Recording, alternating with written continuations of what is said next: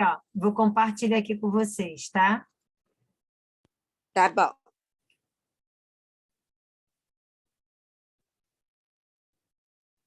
Viram que eu compartilhei? Então, Sim. espera um instantinho, amores, espera aí.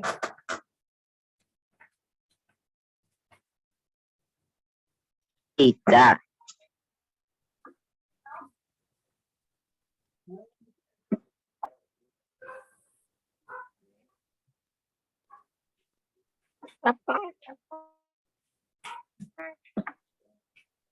Amores, 2 minutinhos, espera aí.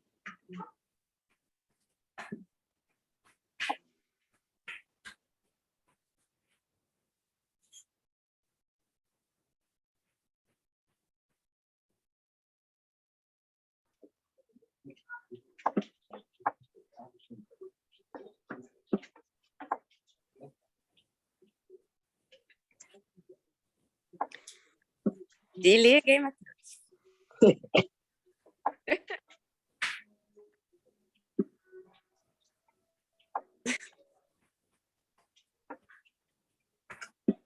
Desculpa, amores. Então, Nada. vocês estão vendo, né, que os biomas eles têm características específicas, né? Então, nós temos os biomas do mundo e os biomas do Brasil, e eu vou falar de cada um deles, tá? Então, no bioma do mundo, o que vai diferenciar esses biomas vai estar relacionado ao quê? A vegetação com a altitude e latitude. Então, vocês vão perceber aqui nesse desenho que, à medida em que a altitude, tá, ela vai diminuindo, vai ocorrendo maior diversidade das espécies. Então, quando a altitude ela é bem alta em relação ao nível do mar, tá? Essa vegetação ela vai diminuindo. Então, quando a gente pensar na altitude em relação ao Equador, né, a linha imaginária do Equador, vocês vão observar que nessa parte existe aqui uma grande diversidade. Tá? Por que existe uma grande diversidade? Porque não vai ter um fator limitante, que vai ser a luz. Tá? E aí, eu coloquei aqui para vocês, né, os biomas, a localização, o tipo da fauna, o tipo da flora, ok? Tem as características todinhas. E, no final, eu estou falando, já adiantei e coloquei sobre os biomas do Brasil. Mas eu vou passar um vídeo aqui para vocês, vou interromper, e vou passar um vídeo para vocês sobre os biomas do mundo, tá?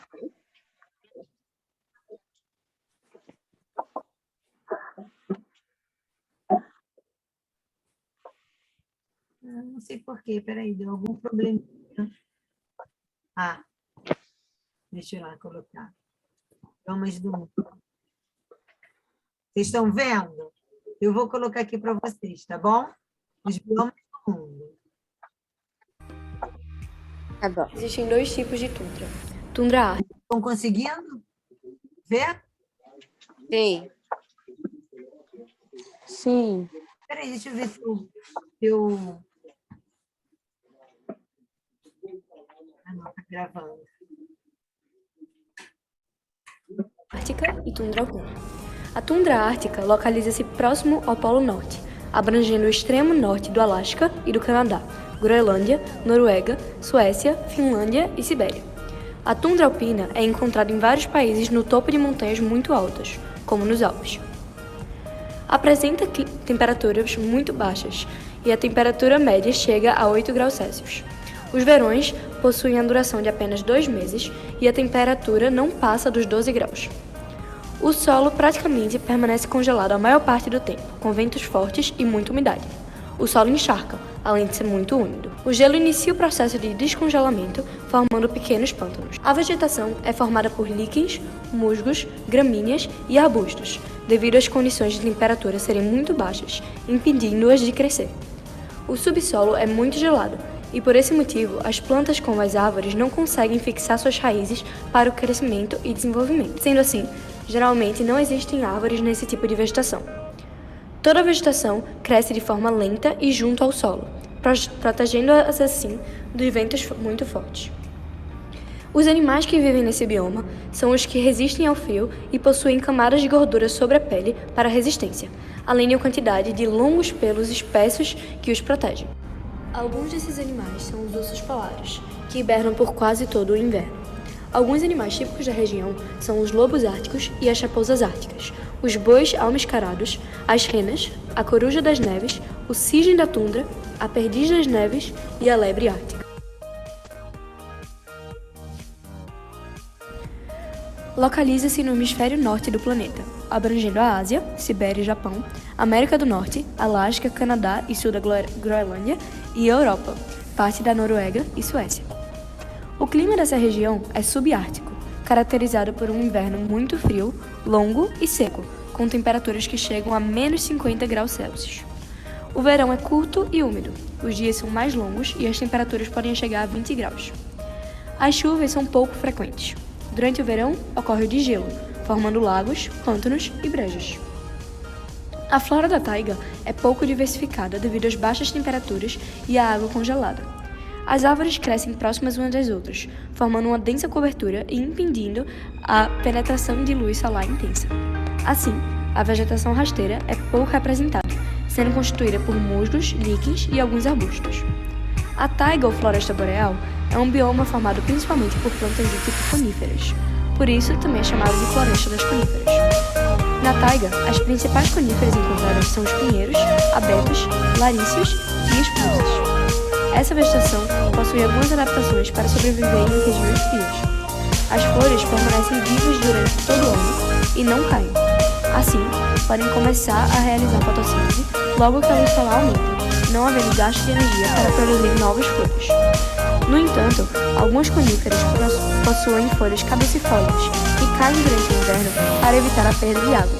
É o caso dos laríceos. A forma de cone das árvores, como os galhos apontando para baixo, evita que a neve se acumule e danifique os ramos e folhas.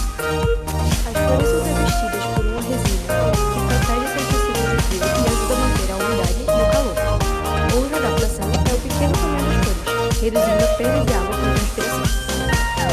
A fauna da taiga é composta principalmente por mamíferos, entre os quais estão as renas, alces, veados, lobos, ursos polares, linces, esquilos, coelhos, lebres e outros. Diversas aves também migram para esse ambiente durante o verão, pois são atraídas pela abundância de insetos que se multiplicam nos pântanos formados pelo degelo. A maioria dos animais migra para as regiões mais quentes ou hiberna durante o inverno. Outros permanecem na taiga, sendo protegidos do frio através de pelos, penas e peles espessas.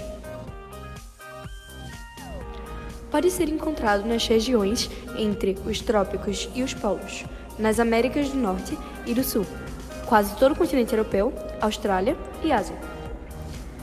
São regiões com temperaturas que podem variar de menos 3 graus Celsius a 18 graus Celsius, tendo estações no ano bem definidas.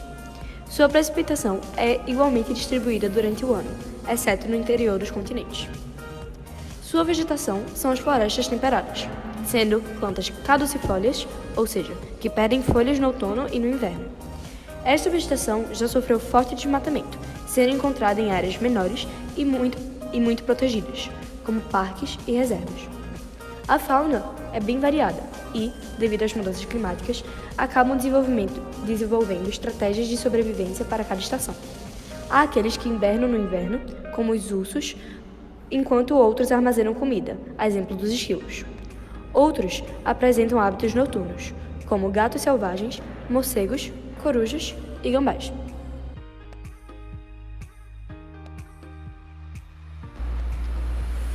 É comum na América do Sul, Argentina, Uruguai e Brasil, América do Norte, Estados Unidos e Canadá, Europa, zona temperada continental, e na Ásia, zona central. As pradarias geralmente ocorrem em locais de climas temperados, com verões e primaveras chuvosos e inverno e outonos secos. Há dois tipos básicos de pradarias: pradarias tropicais, que apresentam um clima quente e seco, e pradarias temperadas, com temperaturas que variam entre o quente e frio, dependendo da estação, desenvolvidas em locais mais úmidos. O relevo da pradaria é baixo, compondo uma paisagem homogênea, sendo sua flora formada por diversas espécies de gramíneas, vegetação rasteira, e plantas leguminosas. A fauna é composta por aves, avestruz, pombo, perdiz, pica-pau e etc., e mamíferos, búfalos, cavalos, mulas, veados, raposas, elefantes e etc., além dos répteis e insetos.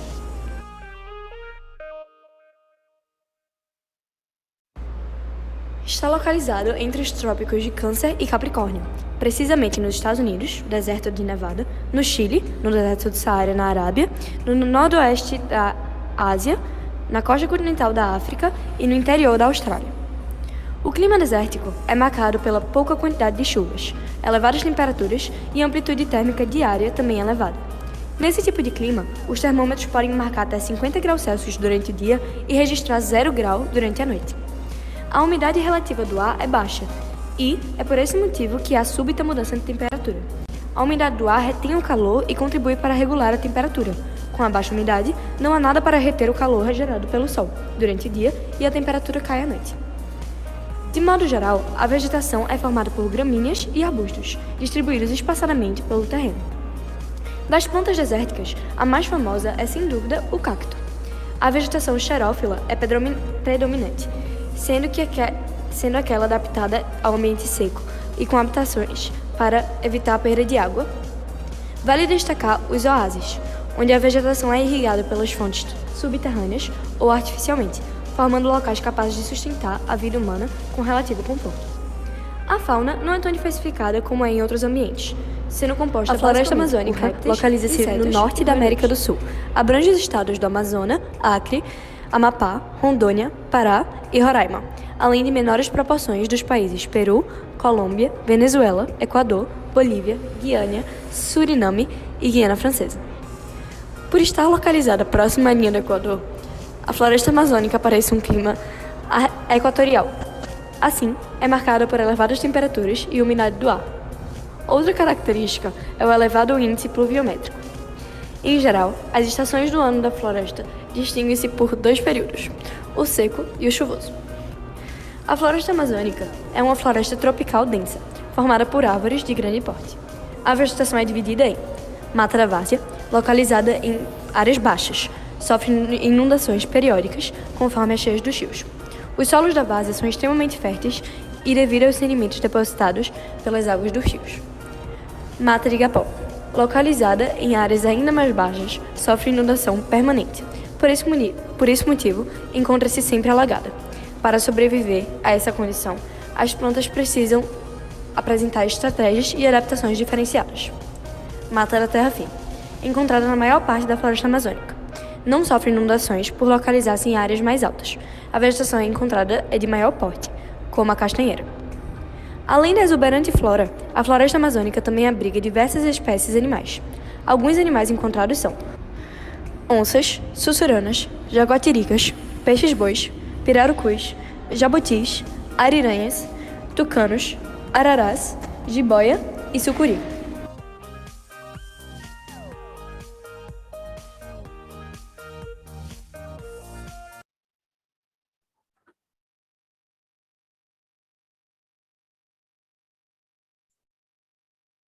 Esse aplicativo aqui é o... Amores, vocês entenderam? Alguma Sim. tá? Sim. Então, e aí, esses são os biomas do mundo. Então, o que vai caracterizar, né, a diferença entre eles vai estar relacionado ao quê? A luminosidade. Então, a luz é um fator determinante para a diversidade de espécies, tá? Bom, deixa eu compartilhar aqui rapidinho com vocês.